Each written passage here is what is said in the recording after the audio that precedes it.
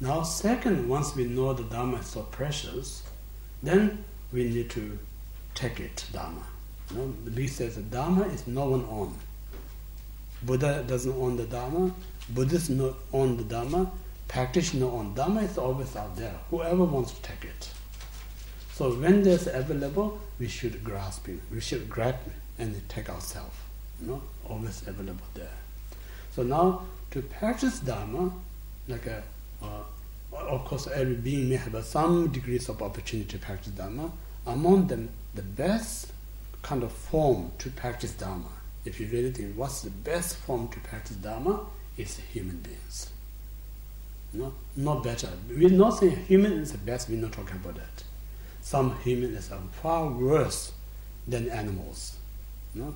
Some human being is a great human beings. We're not just saying human is a great, but what we're saying is that human is a perfect form to practice Dharma. Yeah, so that's the second. So since the human is a perfect form to practice Dharma, then we need to know it's easy to have human form, or it is extremely difficult to have a human form. You have to again think about it. Yeah, when you think about, like yesterday and the day before we discussed, yeah, how many house beings, hungry ghosts, animal is nothing to compare human beings. Human beings are very small populations. We say how many human beings live in this world? We talk about over 7 billion. So that 7 billion is less than one type of insect living just around one tree. You can't compare. So if you think about that, to obtain a human is not that easy. Extremely difficulties. Yeah. So in this way, extremely rare, but same time it's a great form to practice Dharma. That's the reason we call that precious human rebirth. So this again, like I mentioned, just hearing the teaching is no good to think we are special. Just go to this. I say most valuable meditation is when you meditate. That meditation helps you to develop the wisdom. That's the greatest meditation. You know, ordinary people think the meditation means just a relaxation, make you more lazy. You know, Buddhism meditation not make you more lazy, make you more wise. That's totally different. Name is the same. You know, everyone call the meditation. You know? Just follow the name, you can make very easy mistakes. Because then you think every religion talk about meditations. Even non-believer talk about meditation. So you think every meditation is the same. Similar, if you follow the sign of a certain company, then you make mistake. For instance, I always say a cloth, Adidas and Nike. Just follow the sign. You never know what's really company made this Nike or what called fake Nike, because they all have exactly the same shape. But within that, one is a proper company, one kind of a real company make this the real kind of Nike shirt. Then lots of what called a fake company, fake company make a Nike. Looks the same, but the quality was the differences.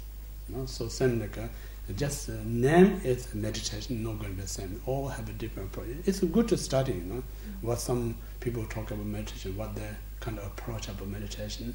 Then you listen Buddhist perspective meditation, what the approach meant. So when you listen around, I'm not saying a judgment, because we as a customer, when we as a customer, we have a right to explore.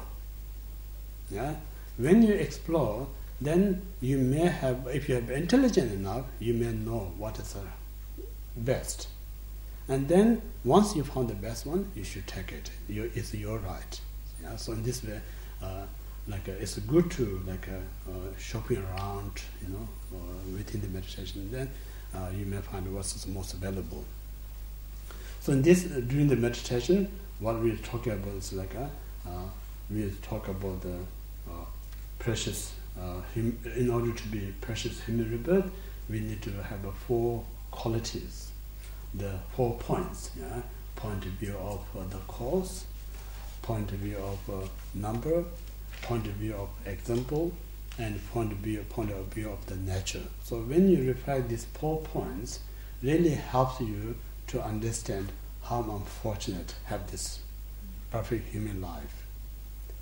So when you realize how fortunate I have this human birth, now I have the perfect condition to really free myself from all sorts of sufferings. I have a perfect condition to help countless other sentient beings. So while I have this opportunity, I should not waste it. I must use as much as can the benefit for myself. That kind of encourage, inspiration going to arise. So this inspiration and courage only going to arise when you really contemplate, and then out of contemplation, when you get the realization, say, I'm so fortunate, I'm so rare to have this opportunity. Yeah? So that's the reason, first we need to develop this realization of how lucky we are, how fortunate we are, how rare to have this chance. That first step, we need to realize that. So that's yesterday's topic. Yeah. So parting from attachment, like a preliminary refuge in the bodhicitta. The main part is like parting from attachment. The first, like this life. So preliminary is like discovering the how difficult to obtain precious human rebirth. That's the first one. Now, main part, say like even though I found this so kind of precious human rebirth, but this human precious rebirth is not going to last forever. We all, like yesterday we discussed, once we're born, we're going to die. There's no need to doubt. So one thing we should not have any hesitate is the death. Yeah? Then time of the death is indefinite. None of us know when we're going to die. Yeah? It's indefinite. And then after death, or time of the death, most beneficial is the Dharma. So when we say, like, for instance,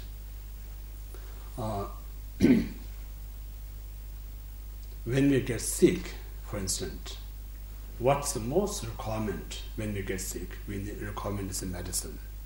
Yeah? Without medicine, we cannot overcome this sickness. Yeah?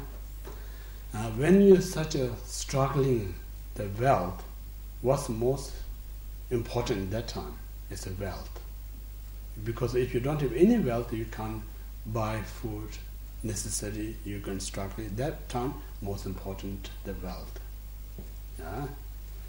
And then, so when you're traveling, what most important you requirement is like a travel document, expenses, and then vehicle, these things. Without these things, you can't travel.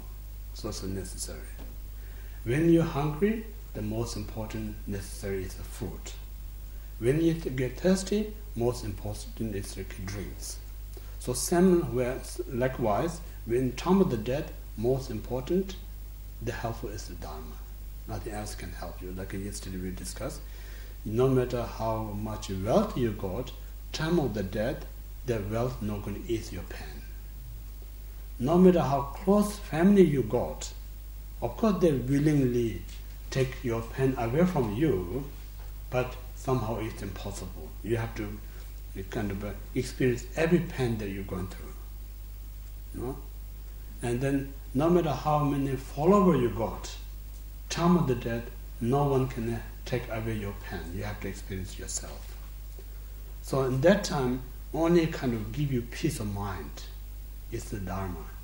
While you're alive, if you practice Dharma, time of the death, then you're already prepared.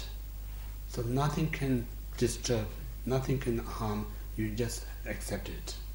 So this reason I'm saying, like yesterday, the great Dharma practitioner, time of the death, they don't have any sadness, rather have full of confidence, know exactly where they're going to next rebirth. And then second one is like a kind of satisfaction. I've done as best as I could, so nothing I need to be feel regret about it. Then last one is second one is a kind of satisfaction. Third one is like nothing to regret. I didn't do that much good in my life, but at least I didn't harm that much. You know? So that's the last one. So when you have these three in your mind, time of the death, really it makes you vast differences. You know? Without these three, we just wandering our mind, we never think about death, never going to be struck on me, then all do this negative things, then time of the death, all this pain is you helpless. That time you look everywhere, someone come and rescue me, you know, no one going to come to you. Like if you're Christian, that moment you're calling the God, please come in now, I need. You're never going to see the God at that moment. If you're Buddhist, that moment say, oh Buddha, please come, I really need you now. That's never going to appear to you. No? So this reason is too late. So that's really we need to, right now, we have to really kind of plan our life. The best plan is like how we live every day and positive. So every day positive live is the plan of our future. So so this way, one need to kind of understand of impermanence, and then this impermanence help us not to let rise this delusion mind. Rather it kind of free us the delusion mind. So that's the main part of the antidote of attachment to this life. Then to make strong Dharma, one need to understand we call the cause effect. So Buddhism, we talk about there's two views, conventional right view and absolute right view. So here we talk about conventional right view. So conventional or relative right view means like everything that we experience is not just come out of nowhere. Everything that we experience not coming out of wrong causes and conditions. Every experience that we have, it comes from its own causes, own conditions. So in this way, it's good again, look around, like yesterday I explained, look around in inanimate object point of view or animate object point of view. We see so many landscapes, views, kind of landscapes, views, different things out there. Within the sentient being, we have so many types of sentient beings, like we talk about 6 realms. And then within the 6 realms, it's not all same. Within the hell realm, we come later on, so many types of hell beings. Within the hungry ghosts, there are so many types of hungry ghost beings. Within the animal realm, there are so many types of animal beings. Within the human being, there are so many types of human beings. Likewise, there are so many types of demigods, so many types of god realms. So then you think, who actually created all these different landscapes, different beings? And then within this different being, we all have a different experience. Some of us are more happy, some of us are less happy, some of us are more unhappy, some of us are less unhappy. Who really created all these things, So when we ask this question, then I mentioned yesterday different religions answer different things. Some religion says these things come out of nowhere. Some religion still says God created. Then Buddhism says all this happening because it's created by causes and conditions. Its own causes and condition created every landscapes, every experience. Without its own cause and condition, nothing going to exist this particular landscape and this particular experience of life. So that's we call interdependent rights. Buddha says interdependent rights. Interdependent rights means everything created by its own causes and conditions.